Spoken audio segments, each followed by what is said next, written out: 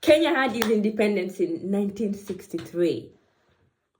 And since 1963, we've had several uprisings. In 1969, in 1982, in 1990, in 2007, in 2017, in 2019, in 2021, in 2023, and now in 2024, they're uprising. And you know what people are asking for? Police brutality to stop. They're asking for corruption to stop. And they're asking for fair distribution of resources. When is this thing going to stop? We see very well-meaning politicians are rising up because of the problems the country has, and they're saying, I'm going in there, I'm going to make changes. And they're campaigning and promising people that things are going to change. But as soon as they get into parliament, it's a whole different ballgame. They're stooping low to their predecessors. How can you break this cycle of defeat? How can we stop this corruption once and for all? How are there some dark forces in the parliament that once people get there, it's a whole different ballgame? That's what I'm going to address today. My name is Caroline. Please like the video to support the channel, and send it to somebody else who needs to see this message. So there's something called the cycle of defeat. Cycle of defeat is where you're trapped in a cycle you can't get out. Like circumstances happen. Like somebody loses their job, or there's corruption, and then it leads to depression. It leads to people are depressed because of what is happening. It leads to suppression, people stooping down to wrong and bad contracts because they're desperate, because of desperation. The most important thing is survival here. It leads to suppression. The weakest people in the society, they're oppressed and suppressed because nobody's helping them. Everybody's struggling. It leads to fear. The enemy defeats you from inside of you. As long as you have faith and determination, you can never be defeated. But when you're defeated from inside, then you're really defeated.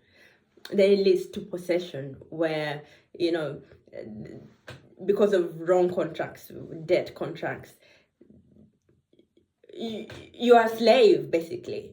You're earning 10, but the creditor is taking 9. You only have 1 left to feed your family and do everything else, and it's not working. And it happens on a personal level, it happens on a country level. That's what the country is going through right now, where the budget is that big. The budget is, you know, we need 15, but we only have 10. So we borrow. And last year they borrowed. Next year you need to borrow. And the more you borrow, the more you're sinking. It's like a car stuck in a mud. And it just keeps on trying to move forward. But the more you're trying to move forward, the deeper you're digging your heels in. And right now, we're so deep down, we're 10 trillion in debt, and we're still moving forward, thinking that, you know what, let's push this thing, it will go.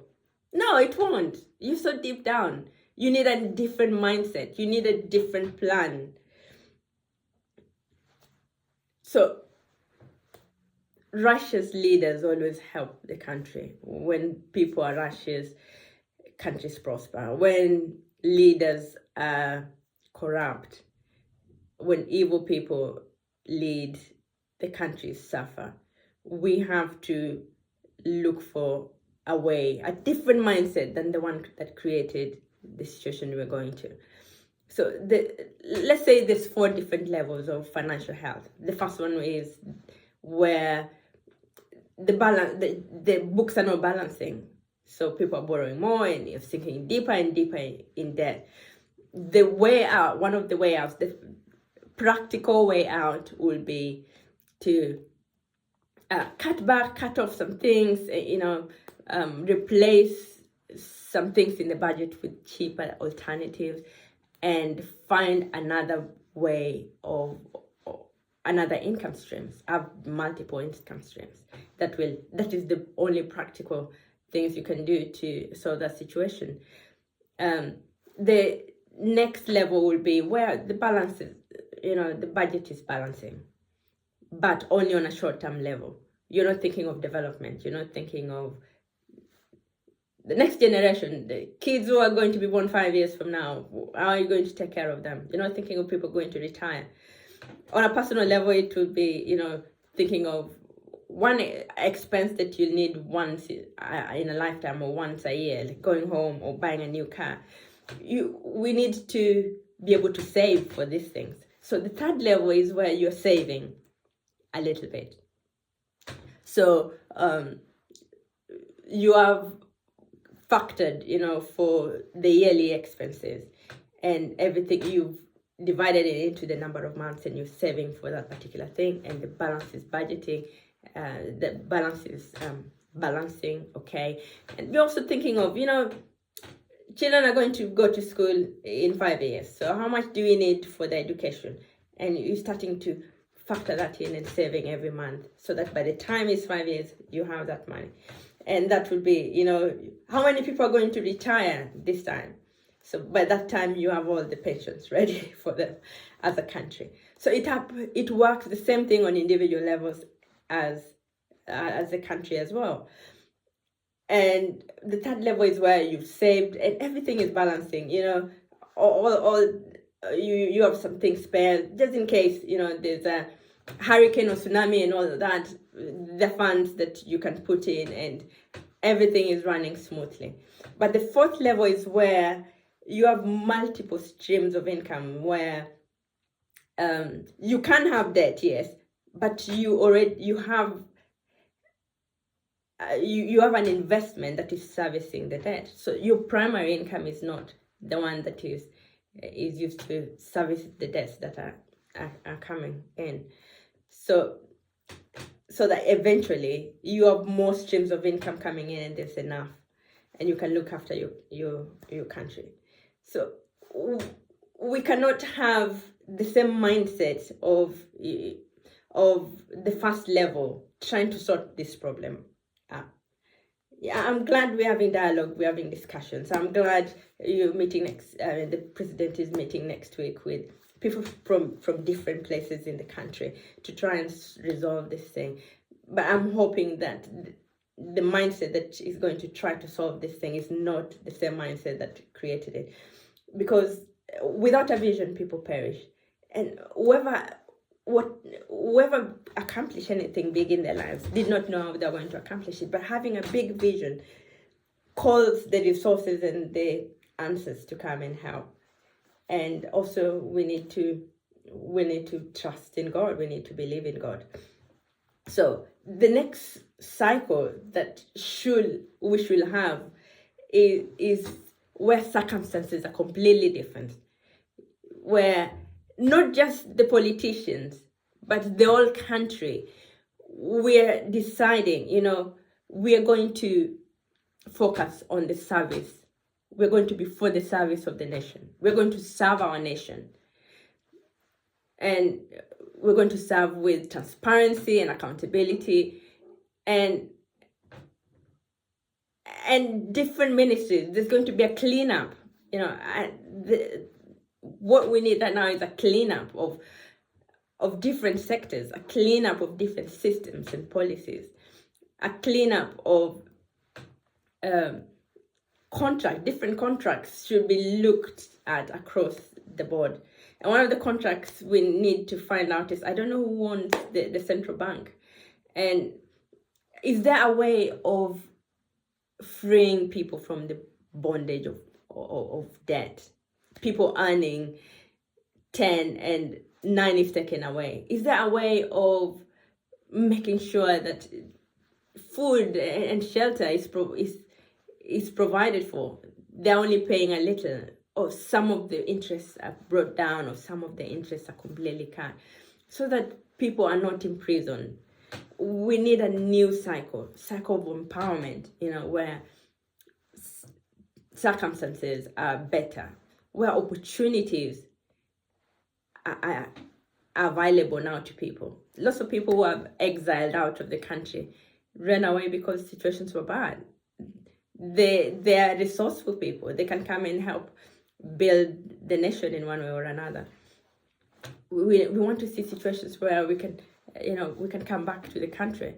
The young people dying in overseas countries, and we need to be able to bring them home.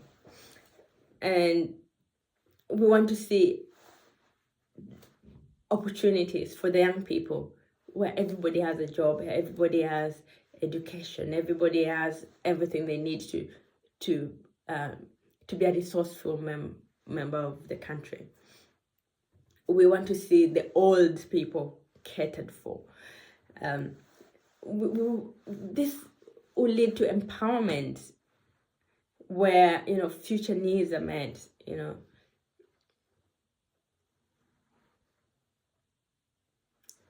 Future needs are met, and we're only as strong as our weakest link.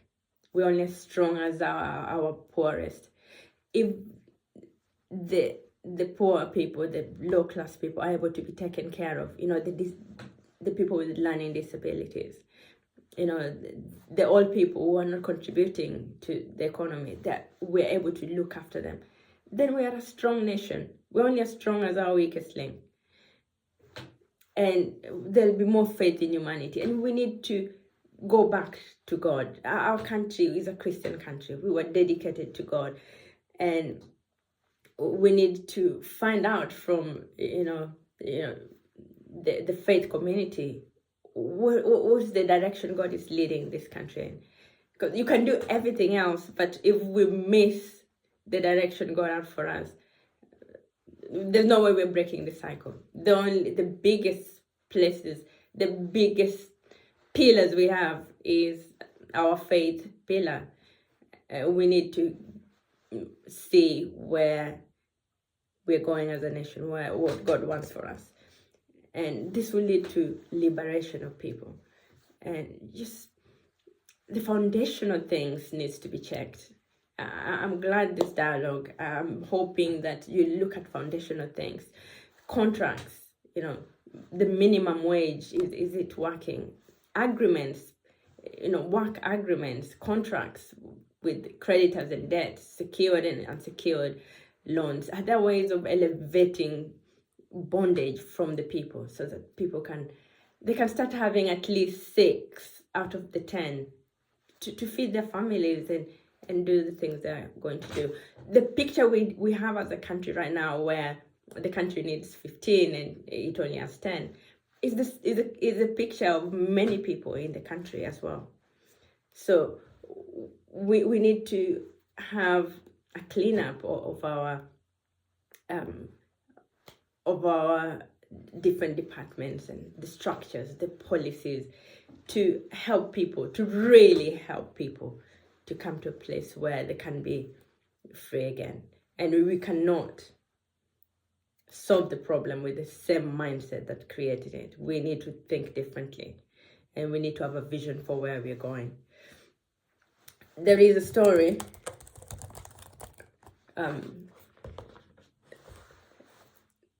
there's a story of somebody called Alfred. I read it from this book called Acres of Diamond. You can read it as well. He lived comfortably, and somebody came and started talking to him about diamonds, and he really loved the idea of having diamonds. So he decided to sell his farm, go and look for diamonds. So he sold his farm, looked for diamonds everywhere, and he never found any. And he went into this cycle of defeat as well. He felt depressed and oppressed, and he got defeated from inside. He decided to commit suicide by jumping off a cliff. But the person who bought the farm, one day they were at the stream, and they found some nice pebble and brought it to the house. And when